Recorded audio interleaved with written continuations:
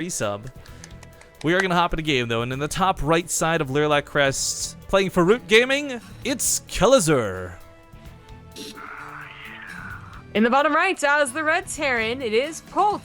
Thanks, Draudition, or Dr. Are you Addition, serious? Draudition? for 21 months in a row. Draudition must know Drossum. Yeah, right? Dr. Addition, thank you for the 21-month resub. So yeah, let's go over a little story about Polt here really quick. Polt, by the way, just absolutely fantastic stand-up guy. I've got to meet him at a couple events. He's super nice. He's exactly everything you would imagine him to be.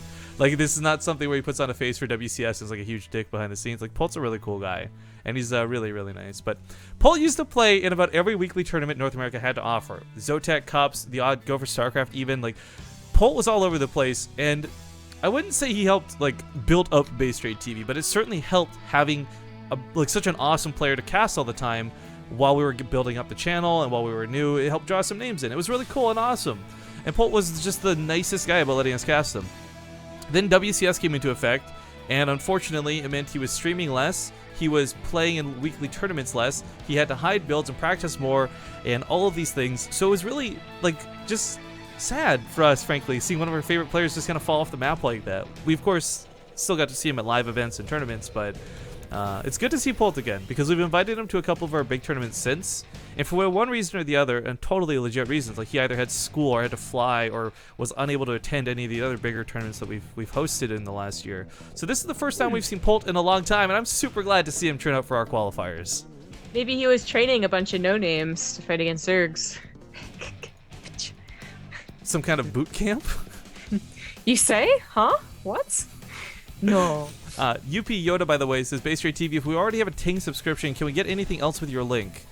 I'm not sure. He's not around right now, but Ting Jesse is one of the reps from Ting that we got to meet in person. He'll probably pop into chat later, or you can just message him on Twitch. Again, Ting Jesse. And I'm sure there's probably something he can do to help you out. Because if you're already an awesome Ting subscriber, and you're supporting StarCraft 2, he's probably going to love you a lot. Yeah. So this TvT, like you said, is going to be hopefully a good one.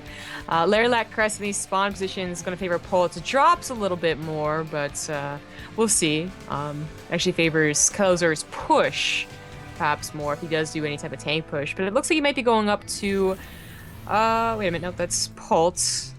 Polt's all going up to a tank, actually, and the starport's a little off-center. Kelazhur is going for a Liberator and some Hellions. With a wall off, though, it's going to be hard for these units to actually get up to the ramp, especially the tank on the way out. Well, Reaper's hop up, so that's not a problem. Reaper on the backside actually catches one of the Reapers off guard. Kelazhur losing one of his Reapers for this push is actually kind of a big deal. But not breaking the wall anytime soon, scaring Polt a little bit. If the Reapers had been able to push past the Marines and pick off the SCV building the starport, that would have been huge, actually. Yeah, that would have been really nice.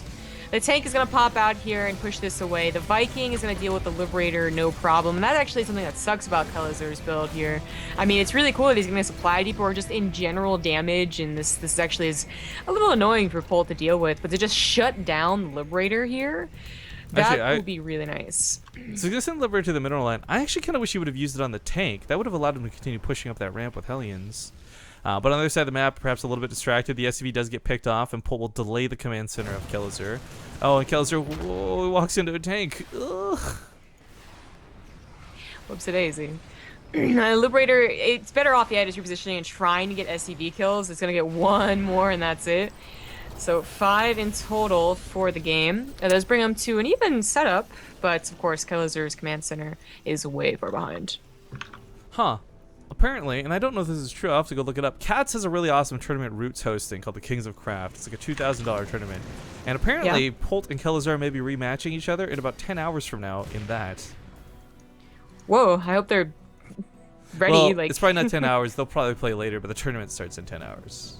Yeah, they're about midway through, so like 13 hours, something like that. 13 or 15 or something, yeah. Either way, interesting. So, not sure how much they'll give, like, how to phrase this. I don't think anyone's going to throw this match.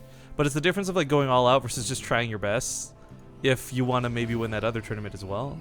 I don't know. There's double elimination here, so I mean there's a little bit of leeway if you play a bit less than grandiose. I mean, the good news is that TvT, it's not really like, super important to hide builds, but it is nice to know how your opponent plays. So there's always Right. something to read into facing each other before another big Ooh, tournament. The Banshee Banshee. goes down immediately, and he was investing in a cloak and a second Banshee, I so think that's he quite canceled it. bad. Oh no, completely. Never mind. I was gonna say actually, you mentioned that point. That's great because you got players like Bjorn, who are some of the best Terran players in the world, but because he's known to do Banshee a lot, we see a lot of the other Koreans actually playing specifically against that. But at any rate, this tank push is going to be a little bit better than Kelazhur's because Kelazhur can't mobilize his tanks the same way Polt can. Oh, In fact, geez, first tank goes down, and tanks. this is probably game actually with the Banshee Yeah. falling as well. He might lift up Yeah. and try and hold at the top of his ramp, but he's already lost so much. And Polt's this is a situation where you can snowball pretty easily. GG. Oh, man, I mean, the Banshee going down first, but then there's two tanks on the ramp. Oof. Well, Harsh. game number 1 goes to Poltz. What was It's the second map?